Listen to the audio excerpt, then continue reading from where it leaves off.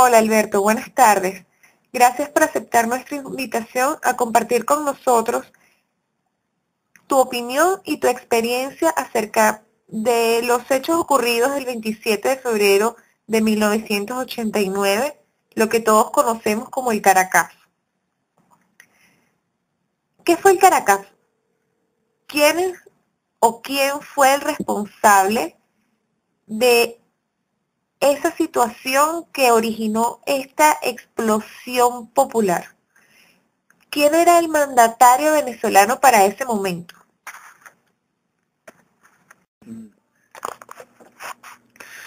Yo estaba en la Universidad Central de Venezuela participando en un evento sobre el grupo Contadora, una conferencia.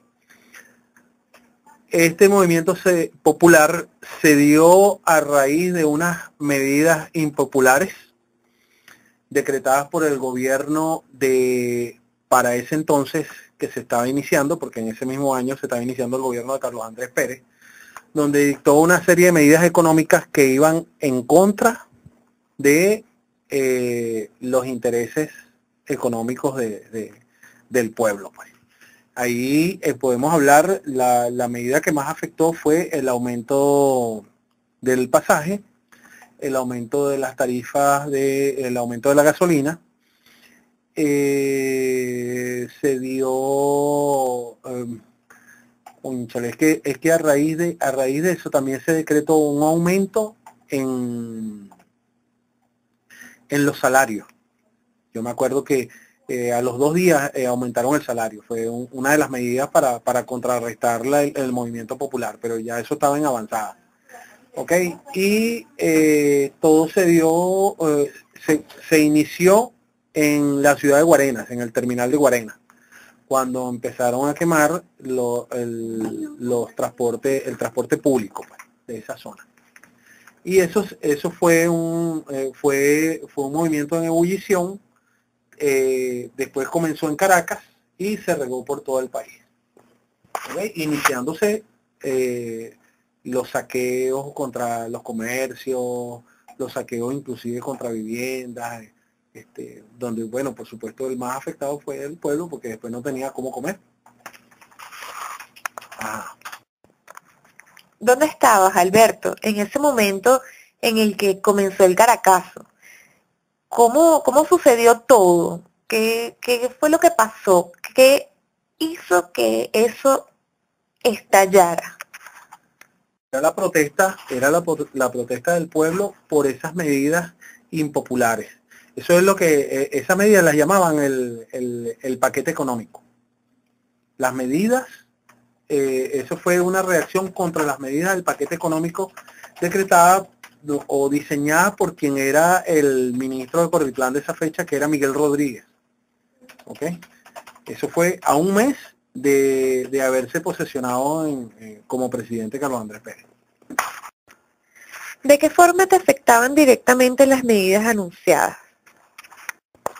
A mí lo que me afectaba allí era el aumento en las tarifas de transporte público, porque uno como estudiante también se veía afectado. Pero esa fue la razón principal, y el aumento de la gasolina, porque la gente del transporte público decía que aumentaban las tarifas a raíz de que les habían aumentado la gasolina. ¿Ok?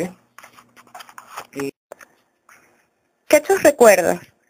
¿Qué sentiste cuando viste todo eso y qué consecuencias trajo para ti? Bueno, lo primero que se notó ahí fue la anarquía en que llegó el pueblo. O sea, comienza la policía a tratar de controlar toda la revuelta popular. Al escaparse de las manos, creo que fue al tercer día de la revuelta popular, tuvieron que sacar al ejército a la calle para poder controlar eso, pues. Bueno, imagínate que en el 23 de enero eso era disparo entre la gente del 23 de enero contra el ejército. La gente se enfrentó al ejército. Yo trabajaba en el metro para esa fecha. Y yo me acuerdo que nosotros teníamos que andar agachados en los trenes, manejando los trenes, porque en la zona descubierta pasábamos por el medio de la plomazón. ¿Qué es lo que se siente allí? Bueno, mira, mucha inseguridad. Hubo mucha desesperanza de parte del pueblo porque con el tema de los saqueos se acabó la comida, se acabó, no había dónde comprar nada. Comienza a sufrir el pueblo los estragos de esos saqueos porque no había dónde comprar. La distribución de alimentos se comenzó a afectar mucho y eso tuvo después otro matiz, pues, porque después era cómo comer, pues, cómo comer, toda la cantidad de gente que se afectó. Toda la gente iba, era al este, a poder comprar algo para poder comer. Por ejemplo, en mi caso, yo tuve que ir a comprar pan para Chacao, a comprar pan, porque de mi casa en adelante, o sea, yo vivo en Parque Central, saquearon todas las panaderías, la gente de San Agustín, del barrio, y no había dónde comprar pan después, pues. No, eso fue... ¿Crees que eventos como la caída del muro de Berlín y la desarticulación de la Unión Soviética tuvieron alguna incidencia en lo ocurrido en Venezuela? No, para nada. Son eventos, para empezar, la coyuntura de cada uno de esas circunstancias son totalmente diferentes.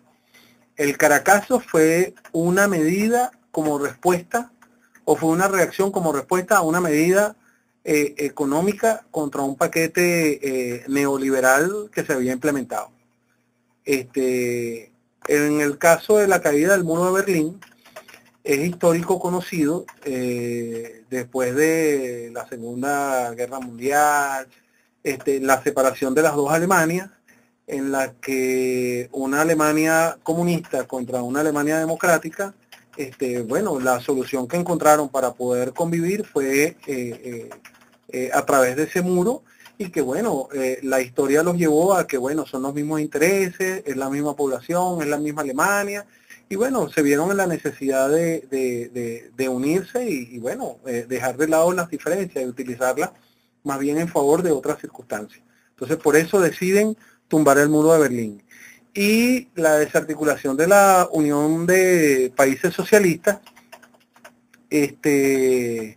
fue la necesidad de la liberación ideológica de cada uno de esos países. Habían unos que tenían la necesidad de independizarse económicamente. Algunos se fueron hacia el capitalismo. Podemos hablar del caso de Yugoslavia. O sea, lo que pasa es que, conchale, ¿cómo te explico? Ahí hay otro tipo de socialismo, no es el socialismo que se aplica aquí. Es totalmente diferente. Es más bien hacia la avanzada. Son países que van o están en las puertas de ser países desarrollados. Entonces, ellos tenían la necesidad de poder tener sus propias industrias, su propia autodeterminación, su propia autodeterminación de los pueblos. Entonces, esa es la razón por la cual se separa la Unión de Países Socialistas. ¿Okay? Básicamente es una decisión política para poder tener su propia independencia política, sus propias culturas, porque son países que a pesar de tener ideologías similares, son socialistas, tienen sus propias culturas. Y el hecho de estar ellos unidos a través porque eso es como un club, un club de países que compartían probablemente un mismo mando, porque para esa fecha era el último jefe de la URSS fue Gorbachev, ¿ok? Y a partir del presidente siguiente, no me acuerdo su nombre ahorita, es que se separaron y quedó entonces Rusia sola, ¿ok? Rusia con el resto de los países, cada uno con sus propios presidentes y con sus propios mandos, su propio ejército, todo eso.